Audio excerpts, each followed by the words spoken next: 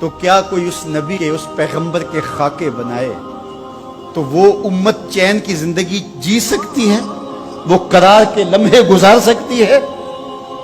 تو کیا ہمارا صرف اتنا ہی فرض ہے کہ ہم فیس بک پہ احتجاج کر دیں؟ اگرچہ یہ بھی محبتوں کا ایک رنگ ہے، اور اس کے بعد ہم ٹھنڈے ہو کے بیٹھ جائیں اور وہ ہر 5 سال کے بعد، ہر 3 سال کے بعد، ہر 2 سال کے بعد یہ حرکت کریں، اور ہمیں پتا ہے کہ آج کی ہے اور 3 سال بعد پھر انہوں نے کرنی ہے، تو ہم بس اس پہ کفایت کریں اور کافی ہو جائے؟ نہیں، ہمیں دین اسلام کو غالب کرنے کے لیے آخری سانس تک جنگ کرنی ہوگی۔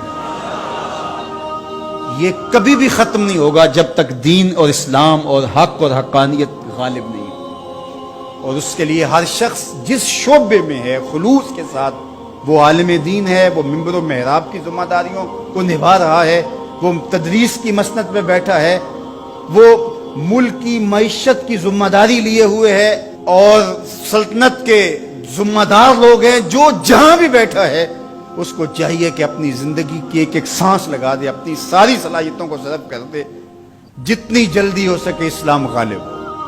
اسلام غالب ہوگا تو کسی کو ٹیڑھی نظر سے دیکھنے کی ہمت بھی نہیں ہوگی، کوئی جرأت بھی نہیں کر سکے گا۔ جب ہم کمزور ہوں گے تو ہمارے ساتھ یہ ہوتا رہے گا۔